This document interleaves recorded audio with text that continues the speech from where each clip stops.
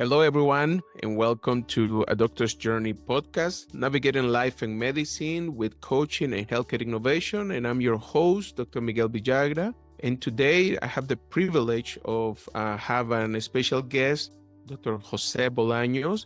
He's an expert and visionary in secure healthcare identity management.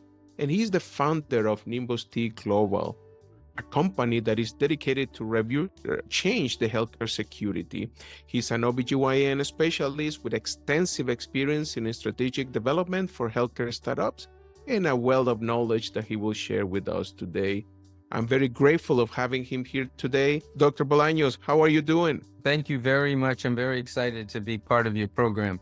And thank you very much for bringing news to the world of healthcare and cybersecurity. Tell me a little bit about yourself, a little bit about your journey. You have such a wealth of knowledge, but sometimes the doctor's journey would try to focus on the individual and their story and their journey. Can you tell me a little bit about yours? I was born in El Salvador, Central America, and came to the U.S. with my family when I was like 3 years old. And I grew up in Los Angeles. I went to Excelsior High School. Actually, it was really a great experience. Then thereafter, I went to Irvine, UC Davis Medical School, and then Stanford, graduated as an OBGYN and infertility specialist. I went into private practice, and I was in practice for about 25 years. And when I first started, one of the problems was I was working for another doctor, and all the records were on paper. And when you open up the chart, and the whole right side of the chart was nothing but billing information, and the left side of the chart, there was no past medical history. It was just little short notes, soap notes. I thought, oh my God, this is crazy. So when I went into private practice on my own a year later, I created my own electronic medical record system, billing system, and lab system. And it was really helpful because when I actually got to do an annual exam on a patient, I would do a complete what illnesses, surgeries, hospitalizations, tell me about your family history. When was your last menstrual period? How many babies have you had? And the whole thing. So on record, I have a master list.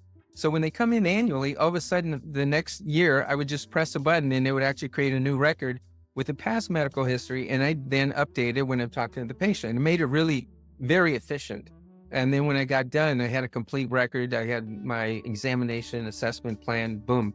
So it was really helpful in that regard. One of the things we encountered initially was I had 10 Maria Gomez's.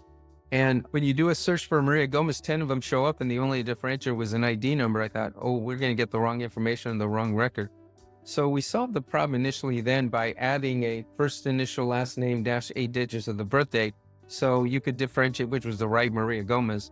And as time went on, that was a simple solution, but identity management had been something that was very critical to me. And the entire healthcare system has stayed in the dark ages. Like I was telling you earlier, a day in the hospital when I graduated from residency was $2,500 a day. Today it's $50,000 a day. And contracts with insurance companies are only paying you 30% to 40% under contract as a doctor and 10 to 30% as a hospital. So the retail prices are fraudulently elevated. So what happened then was about 10 years ago, I was helping a company out of Sacramento called LifeMed ID, and they were issuing smart cards for patients. This is when smart cards finally started coming to the US. They originated in Europe and much more secure. But the problem was if you had to go 4 hospitals or 4 clinics, you'd have 4 cards. It didn't make any sense. It was like, that's not the solution. If you have medical information in 5 locations, how are you going to aggregate it? And one of the things that came about was if you have an ID number, every database, you have an ID number. You have a master ID number when you log into an EMR system, but then it's connected to 10 other systems. And you as a patient on those systems have different ID numbers. So there's a connected system in that regard. So I thought, okay, if you take a 16-digit ID number and you encrypt it, it turns into 250 characters, too big for barcode, too big for magstripe, too big to print, but not too big for a QR code. So we received a patent on the Nimbus Key ID system in 2018, in which you take an ID number, you encrypt it, and you put it into a QR code. And our system, the Nimbus, we're Nimbus T Global, nimbus-t.com, and the system is called Nimbus Key ID. So I'll go into this in just a bit. I'll show you. But what we've done is something quite unique in that it allows you, when you get the phone, it's a B2B launch. So right now, everybody's getting hacked. In fact, let me share something with you. So what we have here, just to give you an idea, the Nimbus Key ID system is the next evolution in secure identity and authentication. The problem, everybody's getting hacked. There's 24 billion passwords on the dark web. 80% of the cyber attacks are with passwords or static keys. The problem is it's connecting something to something. It's connecting your face or your fingerprint, not you, your face or fingerprint to a username password. And a criminal can create an account with your name and a new email, and their iPhone facial recognition will log them in with those credentials. So that's not good. There's no true user verification. Login security is a major problem. We have a blog, Cybersecurity, it's Nimbus T, nimbuskey.substack.com. And we're blogging on cybersecurity. You have 45 articles to date. We're doing it twice a week. So here we have, as you know, we've had major attacks. Change Healthcare was a massive one that just happened. Microsoft been in front of Congress. Right now, what just happened was Microsoft and CrowdStrike. The airline system, everybody's going down. It was not good. That wasn't malware, but there might be. There's a concern that it may have been malware in the process. And right now they're saying it wasn't. Ticketmaster was breached. Kaiser has been breached. Pegasus spyware, that was created by our government in the military, and it got out into the crypto, into the bad world, and they've been using it now to attack systems. AT&T was breached, and the AI world is getting hacked like crazy. SugarHost, which is a repository of AI open source systems with keys in them, and so it's giving the criminals the ability to modify them. So in the artificial intelligence world, it's amazing that it'll do many positive things, but if you put in negative stuff, it can create, and it's attacking our identity systems. It's attacking everything. It's really frightening. WordPress, 800 million WordPress websites, and GoDaddy had 1.2 million that were hacked. So the digital world is advancing in a way that we really are afraid at the way that it's actually going. What Nimbus is doing is when you have a system that's using single sign-on, you log in once, and then let's say Microsoft Entra, which was Azure Active Directory, all of a sudden you have other systems that are already connected, and these are internal connection keys. So if the criminals get access to an admin account, all of a sudden they have access to 10 accounts, and they'll encrypt everything. So it's a nightmare. What's happening is username and passwords, two-factor authentication, sending you out the Google Authenticator. That's still not enough. The Nimbus Key system is actually protecting the front door to these enterprise systems. We have a patent of 3 registered trademarks: Nimbus Key, Nimbus T, and DEMFA. So when you download our app, we do what's called the KYC AI biometric true user verification. So you upload a pro picture. With the app, you take a smiley and non-smiley picture of you, then the front and back of a driver's license. Our AI compares all the images. Is this the same person? Yes. Is the name on the driver's license the same name you registered with? Yes. The universal unique ID on the phone, and then you enter your master PIN. Those 5 characters are used to then truly verify you. Now, once we've activated your account to log in, it's a facial recognition and a master PIN. The facial recognition goes back to our server. It checks with everything that we've registered with and truly verified it's you. And then it opens. On the right-hand side, you'll see the logo of the company that you're going to log into, your picture, a dynamic PIN, and a dynamically encrypted QR code. That QR code and PIN changes every 5 minutes. So even quantum computing cannot decrypt it. We're using one of the most advanced encryption. AES-256 is what we're using in the process. So this is the way that a new login screen looks. No more username and passwords. No more going out to Google Authenticator. It's all on your phone. You've logged in with facial recognition. You scan the QR code. Normally on the laptop, there's a camera screen on the screen there. If you have a desktop, it doesn't have a camera. So instead, our system shows a different encrypted QR code that you then scan with the camera on the phone. So we call it a mirror image logistics. So whether your computer you're logging into has a camera or doesn't have a camera, as in hospitals. Let me talk just what's important here on authentication. Currently, single factor is username, password, and maybe a security question. Why they ask you 5 security questions, I don't know. Two-factor authentication actually adds a PIN to the username and password, Google Authenticator, and all those. Multi-factor is the biometric addition of what Apple, they spent $320 million. And we're DEMFA, dynamically encrypted multi-factor authentication. So we have truly verified you, and our system issues dynamically encrypted keys every 5 minutes. So as I said, even quantum computing can't decrypt it. Here is a spectrum of the different levels of authentication. Again, and we're beyond even what Apple's done. And again, here's a diagram that actually shows how we have more sophistication in truly protecting the front entry point. And here's an image comparing what we're doing versus the competition. We've already connected with WordPress. We have a plugin for all the WordPress websites, Salesforce, Microsoft 365, Google Workspace, and AWS. What we've done is something really very cool in that regard. what I'll do is let me give you a quick demo of what the Nimbus Key system is doing. So as an example, here I'm going to log in. First, I'm going to show you on my phone. I'm going to share my phone. Can you see my phone? Yes.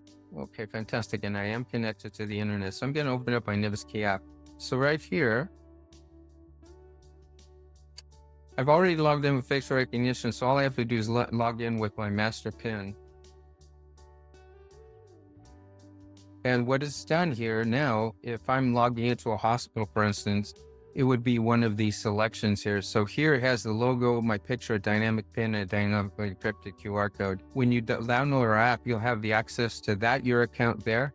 And also Cybersecurity 1, you just saw the QR code change there. So let me log into my system.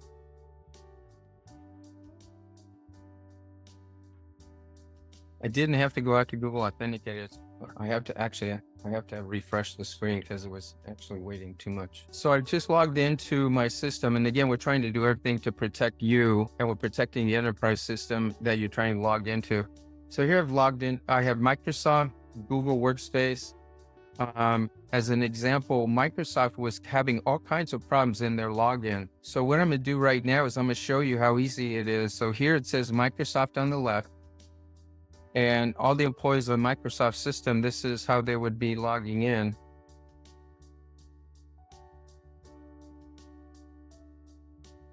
Normally, Microsoft makes you go back to their Microsoft Authenticator, and it's horrible. So here I am. Look how easy it was to log in. And it's the most secure way of logging into systems, in which all of a sudden, what I've done is the mobile app has truly verified me, so it's protecting me. And the system I'm logging into, it's a secure door into that system. So when we think about hospital systems, right now it's a B2B launch. So we're protecting the employees of companies. So as a doctor, you have 10 patients to round on. You have to actually log in 10 times, 20 times, one before you see the patient, one after. So there's some really neat things that we've done that will protect enterprise systems. And as I said, hospitals are now getting sued. They got hacked. Information was stolen. And the government and the lawyers are saying, you're responsible. We now have a big agenda to actually make money. So it's frightening. We're taking care of patients. Hospitals are spending a lot of money. They only have a small profit margin, and this isn't helping. We as physicians need to make sure that we're using the most advanced login processes to protect that information. Let me ask you, so much to unpack, but I want to ask you a very fundamental question with the cybersecurity and the risk we all have at the individual healthcare system level. Oftentimes we talk about mitigating the risk, but you cannot fully prevent it. So where are we at with that level of protections that we can have? We can really prevent a cyber attack or just mitigate the risk of having one in the future by adopting the latest technology that will protect us. To give you an example, when you have companies like Microsoft and Google, I mean, we're talking hundreds of thousands of computers, millions of computers, and they have to update the software. And the problem about hospitals, normally they don't update their computers at the nurse's station or dummy terminals. And many of them, where I was at, it was crazy. It was like Microsoft version 2 from 20 years ago. So the most of the cybersecurity, and everybody's moving things to the cloud, which is a positive thing. But the problem here is this. Companies like CrowdStrike, they're doing an amazing job of protecting systems, but they're protecting the walls, the ceilings, the ports. They're actually determining the amount of information coming and going. So if all of a sudden there's gigabytes of information leaving the system, somebody is stealing information. So there's logistics, and the artificial intelligence world in cybersecurity is going to be helpful to pick up on these things. And again, we're just in the beginning of this. The problem is that usernames and passwords, the front door is unlocked. 80% of the intrusions are through the front door. So if a criminal has a username and password, and what they do is when you enter on the keyboard your password, they have software on your computer that's picking up these keys. So with our system, you're not. It's encrypted and it's being submitted, and it's all encrypted in the process. So they won't be able to steal the keystrokes. They won't be able to steal a lot of things in the process, because what they do is once they get in, they'll put malware that gets put into the backups for the next 3 months. So the IT department will go, okay, no problem. Let's not pay any the 3 or 10 million in Bitcoin for the ransomware. We'll just bring it up from backup. It's been on the backup for the last 3 months. and it was just launched. So you're in a real deep bind. So it's really quite a problem.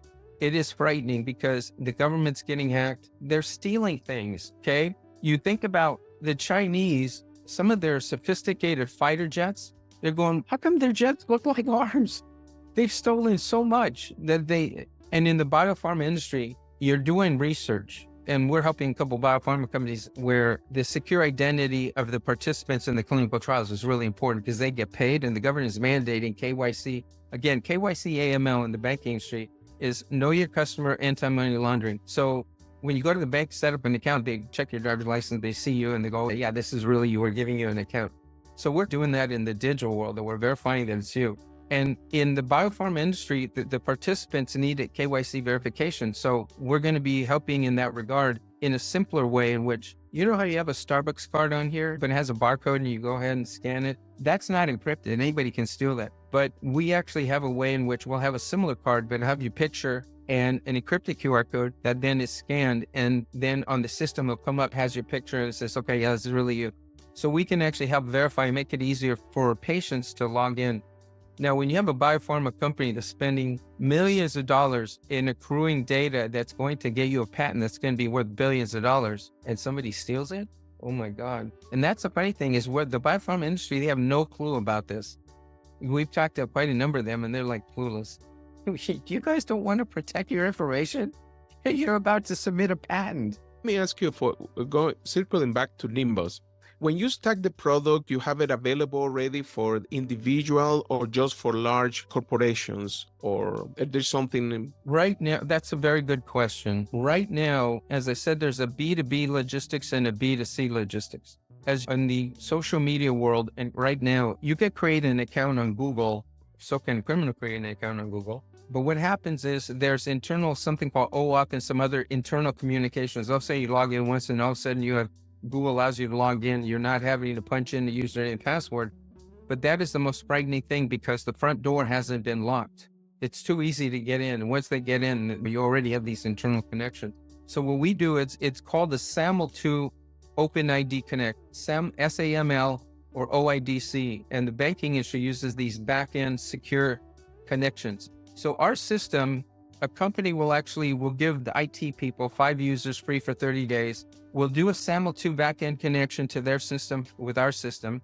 They now have permissions to use the Nimbus key to log into their system, right? So it's a very secure and important way of doing it. Then we upload it to the employees. They get an email, and now we've already made the connection in the company so they can log into their company with that. In the future, the B2C part, we'll be able to have your Nimbus key, even though it's issued to you by the company, you own it. It's your global ID. So in the future, we're going to have connections that are what everybody else is using. Blind connections is what it amounts to. But we don't want to do that right now. We'll do it on the next layer. Right now, it's a corporate protection, logistics, hospitals, clinics. As I said, we're members of X9.org in Washington, D.C., the cybersecurity team to banking. So we're at a very high level doing something that nobody else has done yet. Let me ask you, what about smaller healthcare system or small private practice? There's a way to implement it in a smaller Let me ask you this. When you log in, what system are you using or that you find most doctors are using? Is it Athena? The EMR is Epic, the one I use. And to log in... For the hospital or for the medical group? For both. For both. Yeah, there is a version that you use in clinic too. Yeah. I have used Athena too. I have used I do telemedicine, so I have a very number of different EMRs that I have tried over the course of the last couple of years. But then at the hospital setting, I use Epic primarily. Epic, it's interesting because they charge, what is it, $400 million for implementation in a hospital EMR system? Oh my God. So what happens there is you cannot talk to Epic unless one of their customers says, hey, we want to get permission to do a connection with Nimbus. So once they do that, then we can actually begin the integration. Once we integrate, and yes, we can integrate with small groups also, because there's some hospitals, for instance, that log into Microsoft, and then the Microsoft actually allows you to have other connections. We have a company called RedCap Cloud that the biopharma industry is using, and all of the employees of a company will actually log into Microsoft. And again, I showed you how to log in with Microsoft with Nimbus. And then you already have and it has what we call the single sign-on, and you have all of your Microsoft products, your IT products, your RedCap cloud, where you're inputting data for your creating your clinical trials and things along those lines. So the question is, what are you logging into? And what do we need to connect to? So if it's a Epic, we haven't integrated with Epic, but it's the same connection. It takes us 15 minutes to do. So if you have some contacts in Epic, Cerner, any of those guys, they need to get on board. Absolutely. However, I was just thinking about, it's funny when you were telling the story about that old Windows version that you work when you were doing clinical care. Not much has changed in 2024.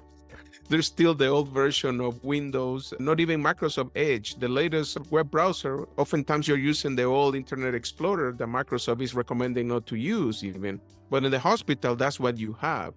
So what will be your advice, suggest, how can you tackle the level of vulnerability because we're using all computers with all softwares in it? That's a very good question. When you think about like at Stanford, I remember that they were using these things that look like locks and they had combination codes on it and it was an RFID signal to lock you in. It was like, are you serious?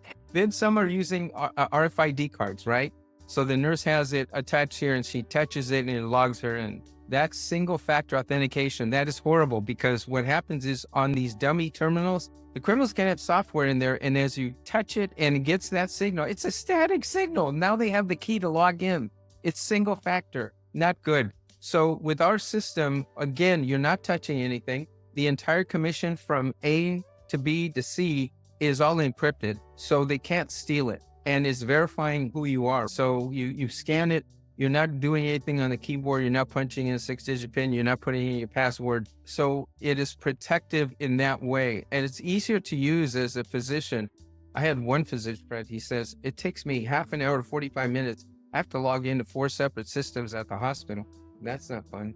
Totally. And what happens is when you have a terminal at a hospital, let's say you're doing rounds, and you get the medical record and you're looking through it, and then you have to log in to actually look at the labs from the night before and see if anything else changed. And then you go to see the patient, the system logs you out because the nurse has to log in. So then you come back and you log in again, or the system hasn't logged you out yet, and you touch the RFID card and then it activates it. It is really frightening because the manner in which the access is being given is not secure, and it's single factor. Not 2-factor, not multi-factor. It's like down as low as you can get. And that's where they're getting into these systems. And once they get in, they put the malware. And once the malware's there, it opens up other windows that they can get in and steal things and put things in. So that's the frightening thing.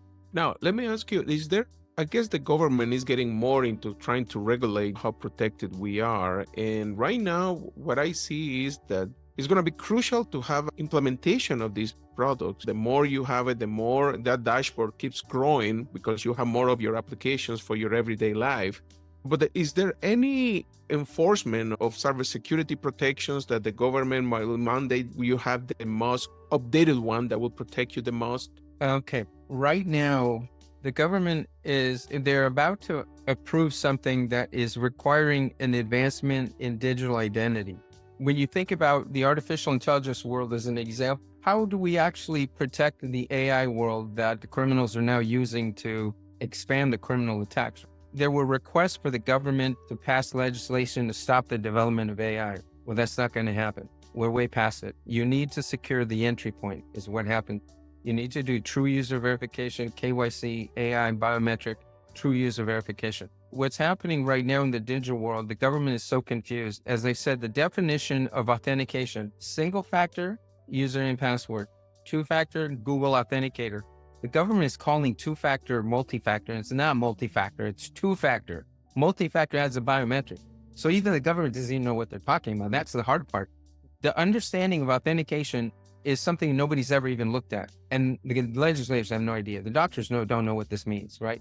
So we all have to understand the levels of security in this process. There's 3 layers and we're now at the 4th layer. And we're with, like I said, with the banking system, and we're going to be international. We have a partnership with Vanna Healthcare out of the United Kingdom. They have 365 hospitals and they're using Green Cube as the EMR system. And they're putting Nimbus as the secure login to those systems. They're also creating these mobile clinics that are going into Central and South America with Green Cube on there. And Nimbus is partner in that. So there's some interesting things happening. And here in the US, as I said, we're way behind the 8 ball. We need secure identity needs to be advanced dramatically. And we have a patent registered trademark. So we're sitting in a good place. So we're hoping It's that fantastic. yeah, That is we're hoping great. that I do want to ask you about telemedicine, because now that you mentioned that they're doing all these clinics in South America, telemedicine exploded with COVID in United States, and it's not going down. There's still some incentives that the government is keeping. I do telemedicine as a side gig even. And what risks are involved in telemedicine work? Like when you offer video consults with patients remotely, what risk do you see? right now, 2 years ago, the federal government closed down a ring that had 25 physicians and nurses that had defrauded the system of $1.2 billion when COVID first started. I think it was 3 years ago. Within 3 months, they had falsely billed $1.2 billion. How is that even possible?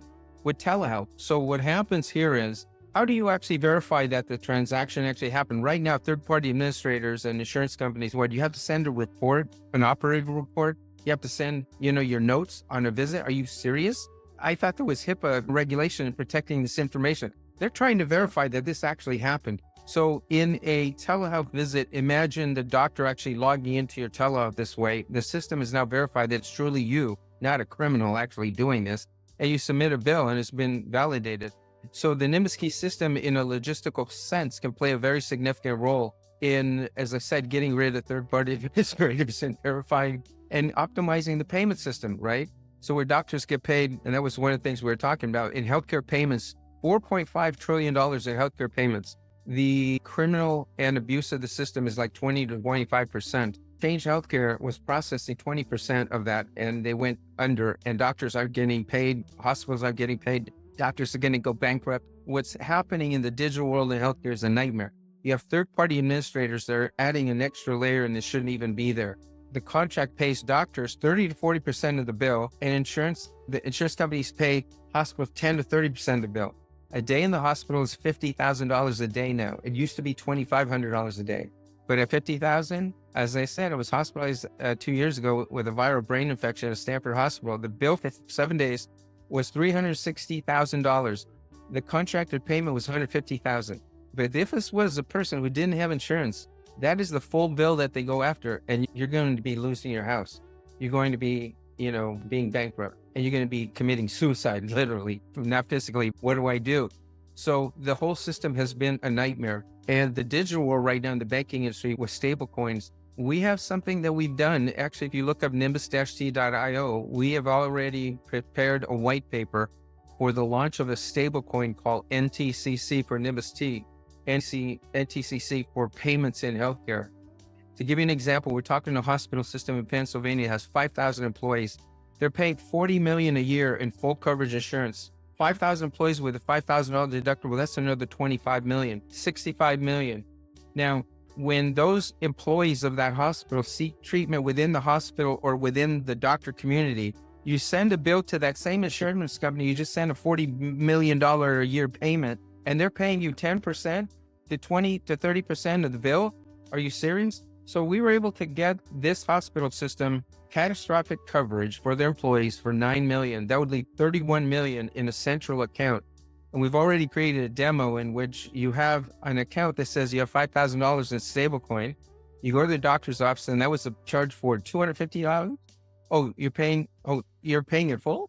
Okay, it's $150. You get paid full. You get paid instantly. So every employee, instead of having $5,000 coming out of your pocket, you have a budget of $5,000. So it's not like an HSA account where the money leaves. Here, the company, of the $40 million, that will leave $31 million in a central account. Then by the end of the year, the employees are actually paying for services in full, get rid of a third-party administrator. And all of a sudden, what's happening here is the hospital is getting reimbursed properly, the doctors are getting paid properly, and that $40 million at the end of the year, you can save 10 to 25% of that amount. So it's a totally different system in payments that could change the world dramatically. And as I said, the government of the United States has switched to something called ISO 222. It's a digital payment system. It's called FedNow Fast Pay System. We're part of the pilot as the digital identity to the system. And what happens here is It's stable coin, and the entire crypto world falls under this. It's an encrypted XML data structure. XML data, what it does is if you have an invoice, every data field is exactly the same. First name, middle name, last name, invoice ID. So every data element has an exact name. And it's been in development for 30 years. And now the US and Canada partnership are launching this. A current ACH and SWIFT international bank payment takes 3 banks and 4 days to complete in the old system. And it's not encrypted, it's text messaging. The new system is encrypted XML, encrypted structure that bank-to-bank international payments are in 6 seconds. And the crypto world and stablecoins are going to be under this. So the current banking system is going to be able to make instantaneous payments with stablecoins. And employers, instead of paying insurance companies, just buy catastrophic insurance, put your money into an account. Every employee has a budget to go ahead and buy services. Can you believe it? That is fascinating. Yeah, definitely reducing cost of care. Nimbus-T.io, and there's a white paper. Check it out. Yeah, I will. That is fascinating. But having you as a guest on the podcast, I really want you to talk about some of the passion you have about improving cultural disparities in care. And I know you have part of your journey. You were a speaker at the main events, the conference of the National Hispanic Medical Association in the past. Mm-hmm. Can you tell me a little bit about that part of your journey? Yeah, when I graduated from Stanford, I was in the San Jose area, and I had at one point privileges of 4 hospitals, and to round at 4 hospitals before 8 a.m., what a nightmare. And so what happened was I initially had an office in Los Gatos, which is middle upper income, and I didn't see a lot of Hispanic patients, and I was getting a little sad at the beginning. So there was a doctor on the east side of San Jose that had an office, and I purchased his office, and I opened an office on the east side and began taking care of Hispanic patients. One of the amazing things at Stanford, when I had a night on call at Stanford, and then half the time I would be at Stanford, half the time I'd be at Santa Clara Valley Medical Center, which is a county hospital, and you would never know the difference. But a night on call to do a delivery at Stanford was the normal deliveries, emergency every now and then. A night on call at Valley Medical Center was a war zone. 4 miscarriages in the emergency room, having to do suction DNCs, running up to labor and delivery, or having an emergency C-section. A patient is having seizures from toxemia. All of a sudden, another baby that's actually stuck, and emergency after emergency. It was a nightmare. And when I started thinking, going, wait a minute, why is there such a difference? Why is it right now? We're 56 in the world of perinatal mortality and morbidity. We're not first, we're 56 in the world. And looking at these 2 middle upper income and low income populations, is there a way that you can actually detect where the problem is? And it turns out that the prenatal lab, when a woman gets pregnant, you do a prenatal lab system, and it's almost 100 tests, and 98% of the time they're normal, both of these populations. And I started in the very beginning, I started thinking, what's wrong? And when a woman gets pregnant, she has to make 10 pounds of new blood. If you have a twin pregnancy, it's 20 pounds of new blood. Is it possible they have an iron deficiency? And so I started checking iron binding capacity, and there was no correlation. So then we started checking ferritin, and ferritin is not a prenatal lab ordered. Turns out that what we found, and I wrote a paper, I'd be happy to send it to anybody who wants it. I wrote a paper and I sent it to, what we were able to find was, we were able to check a ferritin level on women before they conceived or early in pregnancy. A ferritin of 20 picograms per deciliter, and I'm forgetting if that's the exact, I don't know if it's picograms per liter or deciliter. But at 20, those are the women that had all the complications. The babies would grow with less than 50th percentile, no amniotic fluid, emergency C-section, they couldn't tolerate labor. And those are the babies that will wind up going in the NICU, costing $1.5 million while they're in there for 2 months, right? And then that woman, we put them on continue the prenatal and put them on iron, and it would take a year to get up to a ferritin of 70. That next pregnancy, the baby would grow at 50th percentile, and they'd have a normal, healthy pregnancy, no complications. It turns out that what we found was, and we did this over 20 years, we found that about 20% of the population, even the white population, has low ferritin levels in the 70 level, and that's why we're 56 in the world of perinatal mortality and morbidity. We had, because I was in Silicon Valley, I'd have women coming in from Europe and Spain and things along those lines. And my wife and I were living in Switzerland for 3 years. She was working for Roche Pharmaceuticals. And if you go into Europe and you look at the landscape, and it looks like carpet, where all of a sudden where they're planting all of the different vegetables, and they rotate their crops. And when you rotate the crops, guess what happens? The nutrients get replenished and have a healthier nutrient system. Here in the United States, you have these massive mega corporations, 1 million acres of corn. They harvest it, they spray nitrogen, and they plant corn again. So what we found was women coming in from Spain and other parts of the country there, their husbands were working for Silicon Valley, ferritin levels of 120. Holy cow. Then I have women coming in from Japan and the Asian countries, and I'm thinking they don't eat meat, they're going to have low ferritin levels. They had ferritin levels of 200. Those are the smartest kids on the planet. And so what's happening is countries, even in Latin America, what we're finding is that they understand farming in a natural sense to create healthy products. So they have a better idea, and we do get very healthy kids in middle, upper income in those countries. I wrote a paper on this, and I'd like to change this, that we need to order a ferritin on every teen girl 16 years of age and older to prepare before they start having children, to get their ferritin up to 70 so they have a healthy baby. Because that woman who has a ferritin of 20, who delivers a baby that gets sick and has problems, and if that baby is a female, that baby's going to have low ferritin levels when they get to be their teen years to have children again. So it's a compounding problem. So when you ask, those are the problems that I encountered. And we were able, when we compared our patient population on the east side of San Jose, same Hispanic population as Valley Medical Center, Valley had complications of 15%. We had a complication rate of 2%. Mm-hmm. So there was some really interesting things that are happening that, from the standpoint of wanting to make sure that our culture understands how to have healthier babies and your children to be healthy, it begins at the beginning. Now, for the ferritin levels in the study, how much the Hispanic population was affected compared to other backgrounds? Nobody has done studies on this. Sweden, that's the healthiest children on the planet, they've been doing studies on it, and they have very high levels of ferritin. The Hispanic population, again, listen to this. I went to Valley Medical Center and talked to and again, I had trained there. And when we monitor a pregnancy, you do a 20-week ultrasound to make sure that the due date is correct. And then you do a 34-week ultrasound so you can determine how the baby's growing. 5th percentile, 50th percentile, 95th percentile, a diabetic baby that's going to be really big. So that ultrasound helps you determine how to plan the delivery, if it's going to be. So what happened was that we got into a difficulty here with Valley Medical Center, in which I gave them my findings and said, look, you guys are already seeing these Hispanic patients. I want to check a ferritin level that costs, what, $35? On everyone, introduce it into your prenatal labs, and you're already collecting all the data. 95% of the data that we need, you already collected. We now will be able to correlate women, what percentage of the women in this population have low ferritin levels, and how do you correlate those ferritin levels to outcomes? And that would be a massive study. You know what the director of perinatology, he said, we don't have enough money for that, because they like taking care of complex situations. So all I'm saying is that our population is being underrepresented in a horrible way. I would have doctors tell me, you know what, these patients don't seek care. Every patient I saw had been seen 12 times. They have their prenatal, all their labs, and it has all the notes. Blood pressure, weight, blah, blah, blah. It's not giving you any information at all. It's stupid. They're charging for these services. Are they delivering anything for you? No. We still have unhealthy babies. We can change the world with this. Help me. I love it. I want to do a research project on this.